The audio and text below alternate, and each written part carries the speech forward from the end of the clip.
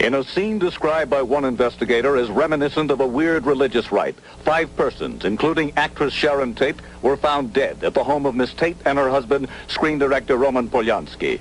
Miss Tate, who starred in Valley of the Dolls, was 8 months pregnant and was found in a bikini-type nightgown with a rope around her neck attached to the body of a man. Further questioning, inasmuch as he was here on the premises during the evening. That is about what we have at this time in the preliminary investigation. This we don't know because the bodies will have to be made an examination by the coroner to determine the cause of death. There's no evident cause of death in there? Not that we can say at this time. Is there anything scrawled on the front door of that house in blood? I can't answer that question.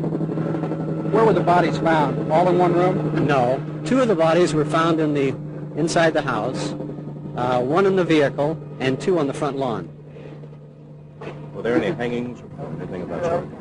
Not that we can determine at this time. Was there a body covered by a hood with a rope around its neck?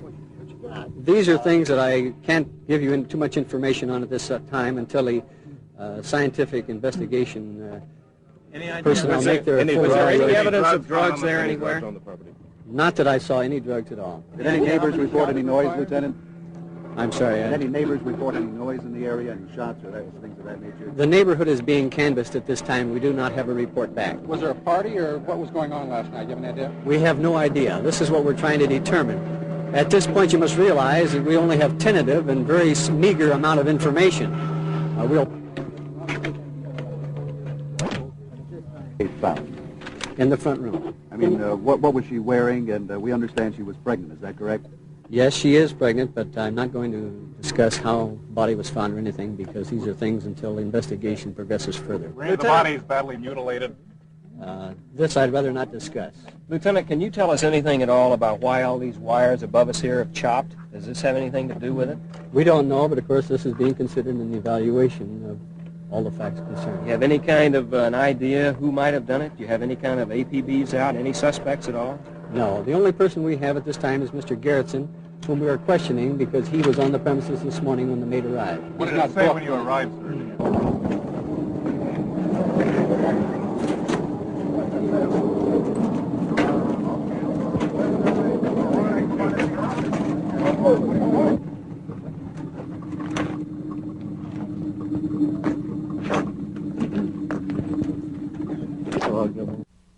Investigation of the bodies, and Doctor, if you have any comment that you want to make on that? Yes, we examined 5 bodies in this vicinity, and we have completed a preliminary examination. As to the time of death and the cause of death cannot be disclosed because we have not had sufficient time to examine. And this examination will be done in whole of justice, and we'll continue work this afternoon, and information will be available perhaps tomorrow morning.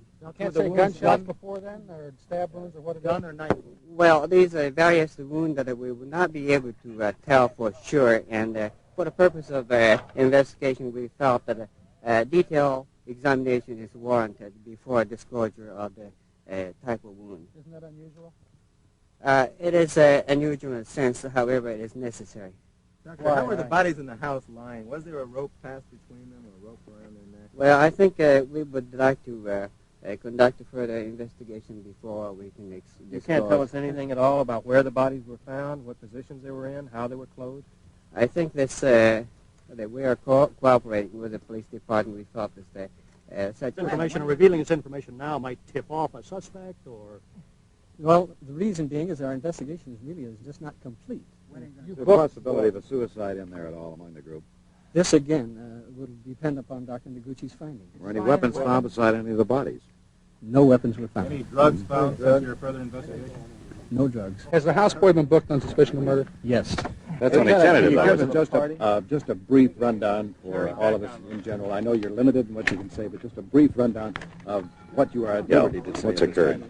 Well, as we mentioned earlier, the maid came this morning at about 8:30, Winifred Chapman, found the bodies, immediately notified the police department. We've responded to the scene and are making our investigation with the specialized technicians from the crime laboratory and with the coroner's office and the investigators that will be responsible for putting the case together. Sir, did she find all the bodies or just the young man and this rambler here in the driveway? She just made a short observation and saw that there had been a crime committed. She did not go into any detail at that time, and I have not interviewed her, so I cannot answer. Why is this case more complicated than other cases that you can't comment on it? Well, what's the difference in this case? Well, how many cases and how many times do you have five persons that are found murdered at the same time? How'd they die? This is the thing that we're waiting, of course, until Dr. Noguchi can complete his Well, you used the term, Lieutenant, you used the for term us. murder. Now, are you saying that all five were murdered? We don't know. These are things that we'll have to determine with our investigation and the Dr. Noguchi. Was there evidence of a party in there? Not to my knowledge. Any narcotics involved in this at all? Not that we know of. Was there evidence of a fight anywhere? Struggle. This, again, I'd rather not comment on because the investigation is not complete. Lieutenant, was the ignition on?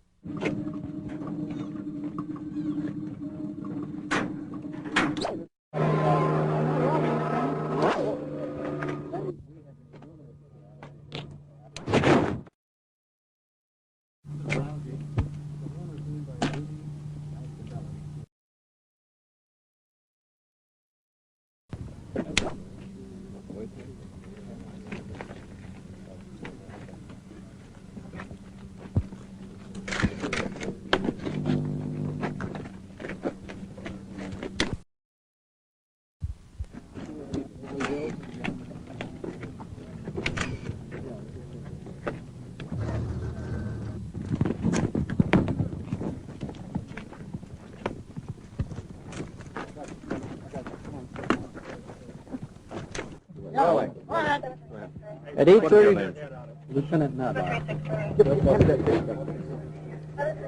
8:30 this morning, Winifred Chapman, an employee, came to work at 10050 Cielo and found several bodies in the house, and immediately the police were notified. The tentative identification of the persons are as follows: Sharon Polanski, Jay Sebring, Abigail Folger, Wojtek Frykowski, and another man who is unknown. The identification was made by a friend, and it's tentative at this time. Phonetically, we're given V-O-Y, T as in Tom, E-C-K, and the last name Frykowski, F-R-Y-K-O-W-S-K-I. Who made these identifications? William Tennant. Was he Miss Tate's agent? He is known to these persons, and he made the tentative identification. Say a man. How the police found out about it? The maid called the police? Right. Why is he down at the station, Lieutenant? How do you spell Garrison? Garretson is spelled G-A-R-R-E-T-S-O-N. First name? William, and he's 19 years old. Is the houseboy a suspect, or could you say that? We're holding him for questioning is what we're trying to do to determine what information or knowledge he has pertaining to the crime. Where was he when the maid came? Do you know that? Where did she find him? He was found by the police. He lives on the premises. In the guest house down on the slope? Yes. Do you have any indication that there was a party in progress, Lieutenant? We have no information on that. Nothing to substantiate that. Has her husband been notified? Not by this department because we haven't had time. Is he in Europe or the United States? Yes, we understand he's in Europe. Right. Good.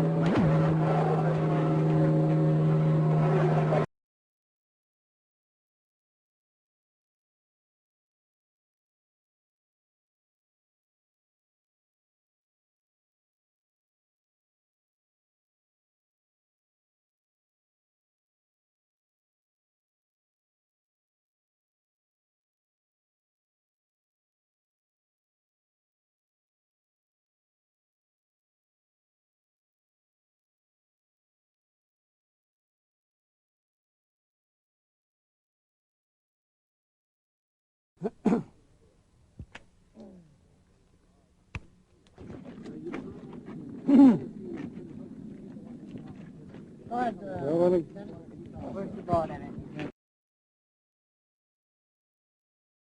Well, as I say, it's lack of evidence that it's not sufficient. I think it's a question of no evidence. A wandering band of members of a so-called religious cult with a leader they called Jesus, has had 3 of its followers arrested in the investigation of the murder of Sharon Tate and 6 others.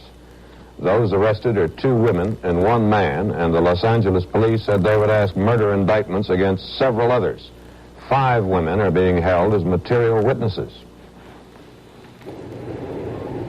This is where they lived, among the stables, barns, and phony buildings of an old rundown movie location 20 miles from Los Angeles. They called themselves The Family. They came and went, and the number varied from 20 to 30. Police said they were a pseudo-religious cult. People who worked on the ranch said they were heavy users of drugs. We were constantly taking dope and stealing cars, and they just sit around all day and sleep, and that's about it. And we went around collecting garbage and had that for dinner and went to the store once in a while, and that was about it. They just slept and got loaded. The family left the caves they'd been living in on the Spawn movie ranch in the early fall, after the Tate murders. Later, police raided the ranch and found stolen cars. The family set up another camp in the desert, near Death Valley. 5 members are now in jail on other charges in the desert town of Independence. The family's leader, Charles Manson, is jailed here. It is expected that he will be charged in the Tate murders. People who lived with Manson on the ranch and in the desert denied that they were a violent group. We was playing. That's what the whole thing is. That all we was doing out there was playing. You know. Well, what kind of guy was Charlie? He's a good person. A very good person. He's got a lot of peace. Was he out there all the time? I don't even know. You know, he'd take off over mountains just like a deer. And he'd just wander around. Was anybody stealing anything out there? What's there to steal? We don't want to bother nobody. You know, all we want to do is get away from the city. Police apparently got their break in the Tate case when this girl, Susan Atkins, a member of Manson's family, was arrested in another Los Angeles murder and talked to a cellmate about the Tate killings. According to the police, and they have, in fact, shown me some evidence which indicates that they have a reason to believe that she may have been involved in both those other episodes, at least to some extent. I can say this much, though, she has at no time ever actually herself physically killed any person. Are you saying she may have been present, though? The police evidence as revealed to me would indicate that she was.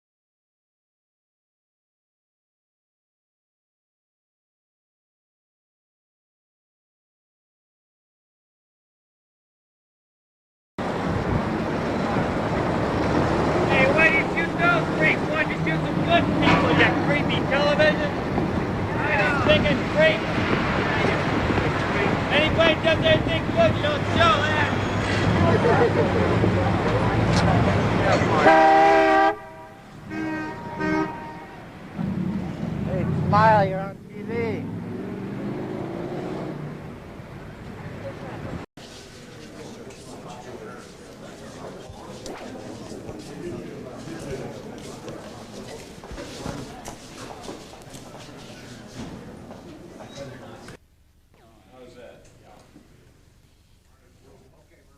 Ready?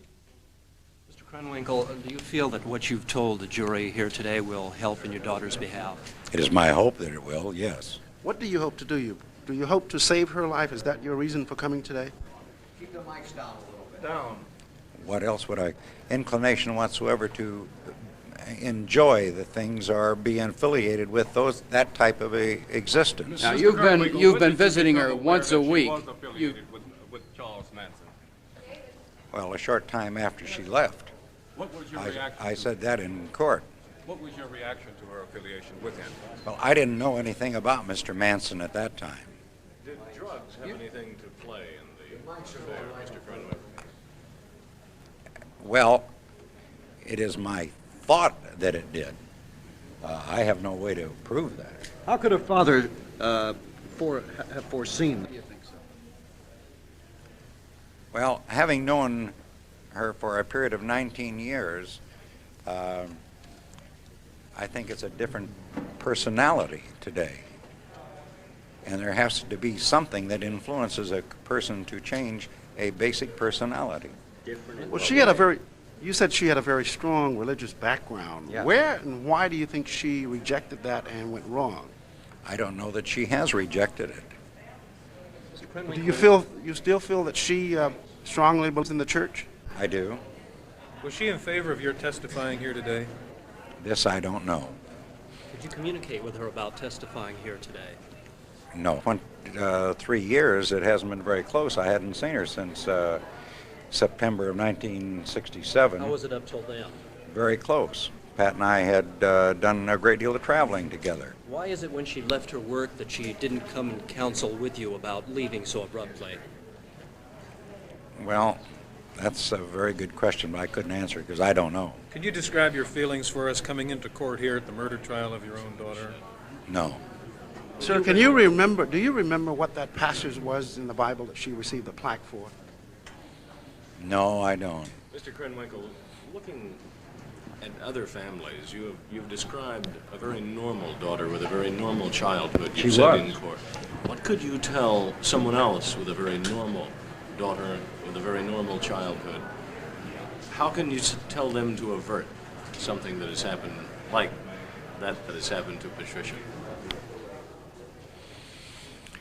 Well, I think it would take a greater brain than I to anticipate something like that, because it's just evident as the entire situation today. No one would want to see anyone become involved in something like this. And if they could anticipate it, then possibly they could obstruct it. And I'm sure any parent would be glad to obstruct anything such as this. Mr. Krenwick, nothing you can do? I don't believe, unless you have a crystal ball, how else would you know that this was going to happen? I didn't know it. Had no inkling whatsoever. you talked about your divorce in the courtroom. Do you feel that that had anything to do with the change in personality she became? No. Mr. Krenwinkel, knowing your daughter as you do, how do you account for her susceptibility to be influenced by Charles Manson? Unaccountable. Did she ever talk to you about Manson? No. Mr. Krenwinkel, in summary, you're saying that this is not the same girl that left you 3 years ago. That's right. How is she different? In many ways. Could you In many enumerate or... No, I wouldn't want to. I mean, it's... That's it. Thank you very much. Thank you, sir. Thank you. Bruce?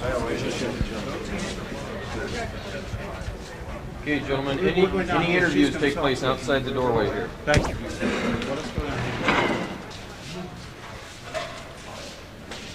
Appreciate if you guys from TV would be taller.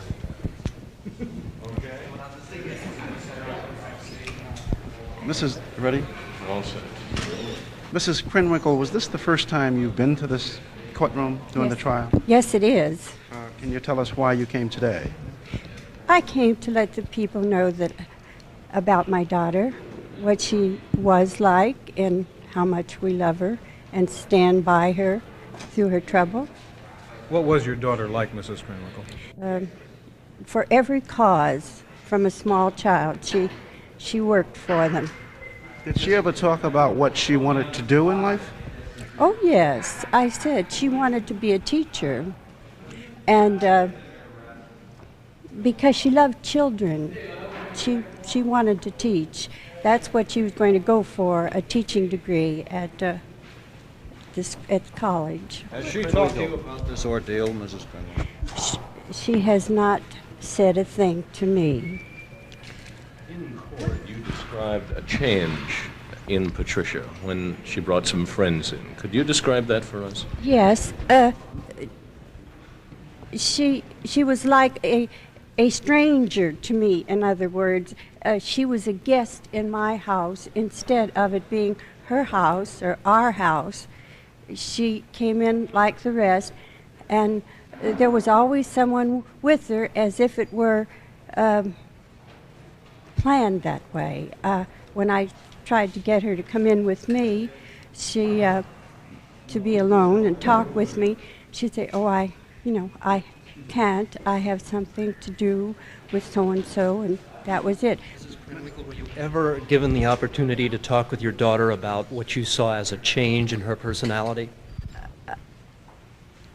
What can you say? I just say, "I love you, darling," and she'd throw a kiss to me and look sort of vague. She never explained it to you?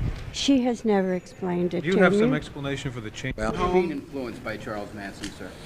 Well, she was such a completely different type than I would say that she has. About your daughter, Mr. Krenwinkel. My feelings? Yes. What else would a parent be? Being in love with their own child, and I'll stick by her. What's your relationship as a father? She did anything that she's accused of having done? No. What influence has Charles Manson had or has over your daughter now? You would know that better than I, because we've never mentioned his name. Do you feel that perhaps religion might have been overemphasized in the home as a child? No, we're not fanatics. As we said, she went when we didn't go, just because she enjoyed going and felt better because of it. You've raised a lot of points, but of them all, which do you think may be the most persuasive on the jury on your client's behalf? I think my remarks concerning the fingerprint are the most important. How effective those remarks were, of course, depends on the jury. But I think that's the question they wanted me to address myself to. Patricia Krenwinkel's fingerprint was found in the rear Sharon Tate master bedroom leading from the bedroom to the pool. And I think that effectively I was able to demonstrate that the fingerprint was placed in an innocent location at a door that was used for ingress and egress. It wasn't found at some incriminating point in the house, wasn't found in the interior of the house, wasn't found at any point of entry, wasn't found at a window or a back window, wasn't found, wasn't in blood. The fingerprint essentially had absolutely no date on it. There's no way to tell when this fingerprint was placed there. The fingerprint could have been put there the 5th, the 6th, the 7th, the 8th. There were 25 other fingerprints in the location that haven't been identified to anyone in terribly incriminating places. At positions very close to where the bodies were discovered, at points where the police opine that the killer or killers gained entry. I think it was the material, the argument in connection with the fingerprints that was most important to the jury. There was other evidence, Diane Lake, Linda Kasabian, but I think essentially Linda Kasabian is a problem of credibility. The jury either believes her or they don't believe her, and I rather suspect that based on her background, history, her character, her demeanor, her ability to communicate, recollect, and perceive, her admissions of untruthfulness, that she's not a believable witness in their eyes. But the physical evidence, the fingerprint, I think was most important to the jury, and hopefully I was more effective there than anywhere else. I hope so. Have you watched the jury? How do you feel about their reactions to you and what you've told them? I'm amazed. This jury's been locked up, sequestered for 7 months now. Obviously, this has to be a very boring, trying sort of situation for them, but they're very attentive, sit forward in their chairs, they listen rapidly, many of them take notes. I'm very, very impressed. A very conscientious and earnest jury. But without a defense case to offer, witnesses and evidence of your own to present, Just how persuasive do you think the issues you have raised, how persuasive can they be with the jury? Well, the beauty, if you can refer to it as beauty, of not putting on a defense is that the defense does not obscure the prosecution. The prosecution's case can be analyzed clearly, simply for what it is. And obviously, of course, we are not required to put on a defense. The defendants are presumed innocent, and the prosecution must demonstrate their guilt beyond a reasonable doubt. I think also that if we were to rebut every witness called by the prosecution, we might be here until 1974. I think the jury understands that they don't expect us to become engaged in some sort of rote rebuttal, that for every witness who says yes, we're supposed to put on a witness that says no. I think from the very outset this jury agreed and promised under oath that they'd decide this case on the basis of the evidence, and they were well aware that the defendants need not put on any evidence at all. And of course that's the case. They haven't put on any, and I think the test is whether the prosecution's evidence matches up to that standard of guilt beyond a reasonable doubt. Does the matter of all of the unidentified fingerprints give you any problems in explanation to the jury? That's an issue Fitzgerald hit out at this morning. Well, this is an issue that the jury was already aware of. This came out, in fact, during the prosecution's case in chief. I will have a response to that, too. I think the jury will be looking for an answer to that, and I do intend to respond to it. How do you feel the jury has reacted to Mr. Fitzgerald's argument? Well, there's only one way to really tell how a jury is reacting. Whenever a juror is impressed with any particular point, invariably they're going to write that point down. Throughout Mr. Fitzgerald's argument thus far, there's been virtually no note-taking.